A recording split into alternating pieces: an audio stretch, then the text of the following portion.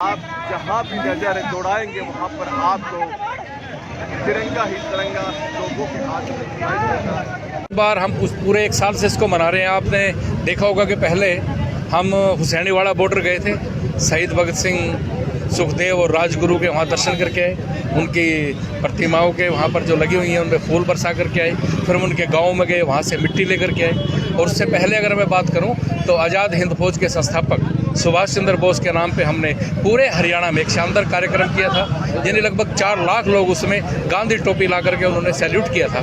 और इसी प्रकार ये तिरंगा यात्रा आज पूरे हरियाणा में चल रही है। अभी तो आज 2 कैथल में यात्राएं निकली हैं और अब मैं यहाँ तीसरी में पहुँचा हूँ। यानी जो शहीद हैं हमारे, जो क्रांतिकारी हैं, ऐसे लगभग अगर मैं बात करूँ तो 1350 लोगों के करीब गोली मार करके उनकी हत्या कर दी गई थी। ऐसे तमाम शहीद जो अंग्रेजों ने की थी, जो हमारे शहीद हैं, ऐसे तमाम शहीद वो सब के सब उनके चरणों में हम नमन करते हैं। और अब जो भी शहीद हुआ है उसका मिट्टी उसके घर से लेकर के आए हैं और एक कलश बना करके वो यात्रा में चलेगा और उस कलश को बाद में प्रधानमंत्री जी उसकी एक व्यवस्था से उसको सम्मान देंगे। ये व्यवस्था केवल भारतीय जनता पार्टी ने की है। और मैं एक बात और कहना चाहूँगा कि कांग्रेस ने तो पाप किया है, हमें इस बात पे ऐतराज़ नहीं है। कांग्रेस अगर ये कहे कि अभी कांग्रेस ने आज़ादी दिलवाई, हमें ऐतराज़ नहीं है। हमें ऐतराज़ इस बात का है कि अगर 1857 की क्रांति हुई है उसमें लक्ष्मीबाई से लेकर के मंगल पांडे तक उनको भी याद करना चाहिए।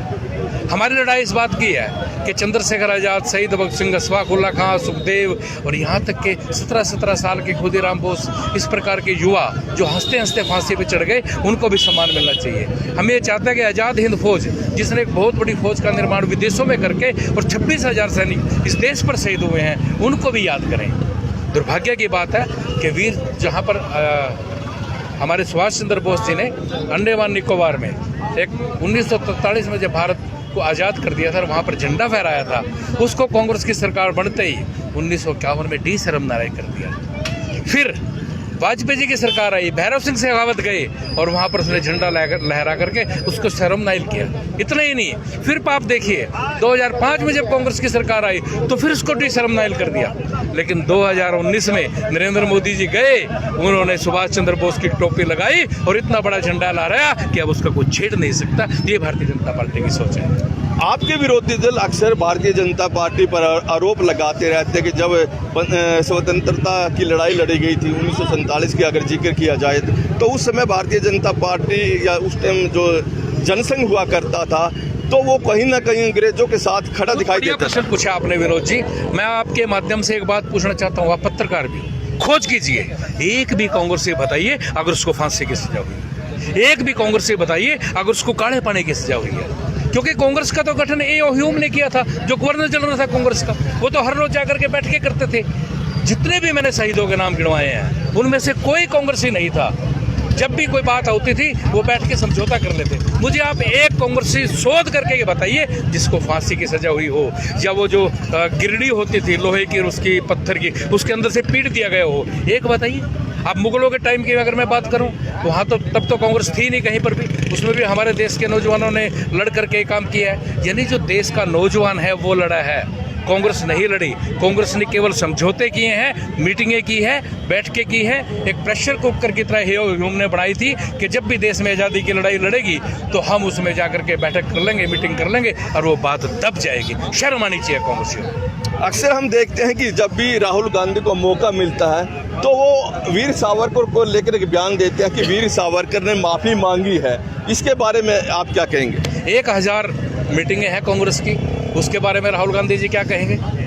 और अगर कोई माफ़ी मांगने की, कोई एप्लीकेशन देने की बात है तो उसकी टेक्निक थी, लेकिन उस एप्लीकेशन पे अंग्रेजों ने क्या लिखा?